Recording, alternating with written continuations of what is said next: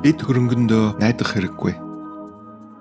Хүн ардуудаа энэ үгийг сонсох тун барлаг болон дээдсүүд баян ядуус хамтдаа хүн төрлөختөн бүгдээрээ энэ үгийг анхаарах тун цэцэн мэргэн үгсийг би хэлэх болно. Энэхүү сэтгэл зүрхэндээ эргцүүлэн бодсон бүхэн маань та нарт ойлгомжтой болно. Сургаал үгсийг би чих тавин сонсно. Ятгах хөгжмийн ихшгэнд би онцгой таавар ярина. Эд баялагтаа ирдэгч их хөрөнгөөрөө сайрхагч энэхүү ёрын хүмүүс эргэн тойронд минь цуглах үед айх хэрэг надад байна уу? Ямар ч золиос төлөөд хүний амь насыг уртасгах арга байхгүй. Мөнгө хөрөнгө өгөөд хүн амь насаа ертөнцийн эзнээс худалдан авч болохгүй. Учир нь гэвэл хүн үрд мөнх амьдран улш мунханд орохгүй гэвэл амь насныхаа төлөө асар өндөр үн цэнийг төлөх ёстой бөгөөд ямар ч үн төлөөд тэр нь хизээж хангалттай байхгүй. Тийм ээ, цэцэн мэргэн хүмүүс хүртэл нас бардаг гэдэг нь хүн бүхэнд илэрхий. Мулгуу тэнэг хүмүүс ч адилхан үгдэг бөгөөд эд хөрөнгөө тийхүү өрөөл бусдад орхидог. Эдгээр тэд өөрсдийн нэр дээр өмч газартай байсан ч үрдийн гэр орон улш мунхан л билээ. Үе удмаараа оршин суух газар нутг нь тэр билээ. Ирэх ямбтай байдлаа хүн үрд хадгалж чадахгүй. Тиймээс үхэж өргөддөг адгуус малтай мөн л адилхан болоо. Тэнийг юмд найцсан хүний хувь тавилан энэ болоо. Эд хөрөнгөндөө ирдсэн хүний эцэс төгсгөл нь энэ болоо.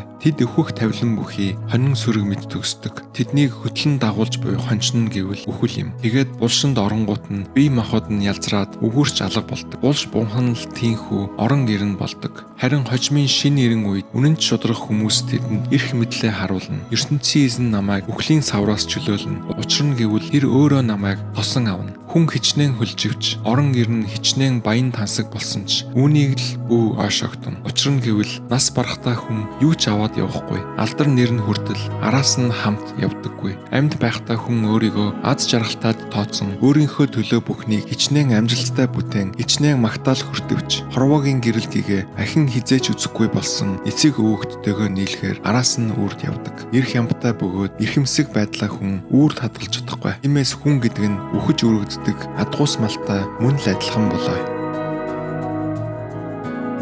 ертөнцийн эзнийг зүгээр хүндэтгэх тухай. Агуу хүчит эзэн, ертөнцийн эзэн мөнхийн эзэн үгээ үргэлж хэлдэг. Зүүн зүгээс ахуулаад баруун зүгт хүртэл газар дэлхийг тэр гэрч болгон дууддаг. Сион уулын хот бол үс төгөлдөр гоо зөкслөн мэлээ. ертөнцийн эзэн тэндээс гэрэл гэгээгээ тусгаж байдаг боллоо.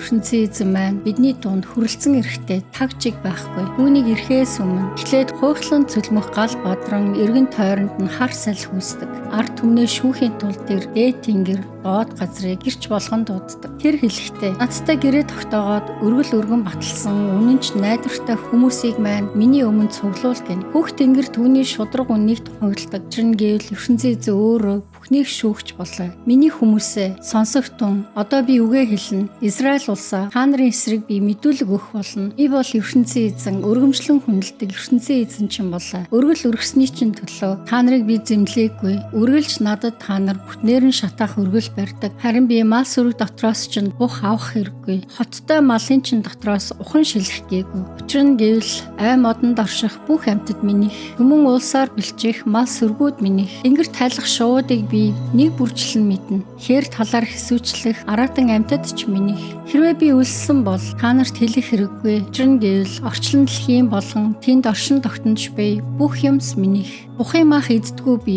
ухны цус уудаггүй би. ертөнцийн эзэн та нар баяр талархлаа өргөж байх тун, дээдийн дээд эзэнд амлсан үгээ биелүүлж байх тун, хүнд байдалд орсон үедээ миний тусламжийг гуйж байх тун, би та нарыг аварна. Тийхүү та нар намайг магтан алдаршуулах болно. Харин хорон муу этгээдүүдэд ертөнцийн эзэн өөрөө энэ үгийг хэлж байна. Миний тогтоосон хуулийг дахин унших, миний гэрээний тухай дахин ярих ямар эрх чамд байна. Учир нь гэвэл миний сургаалыг чи үзэн яддаг болоо. Миний хэлсэн үгийг чи гаруунд нь гаргадаг болоо. Булгаач хүнийг харуул чи эвлэрэн нөхөрлөж байдаг. Завхаа зайдан хүнтэй чи эвсэлтэн найзрахдаг. Ёрын мөвгөнд чи хил амаа захируулдаг.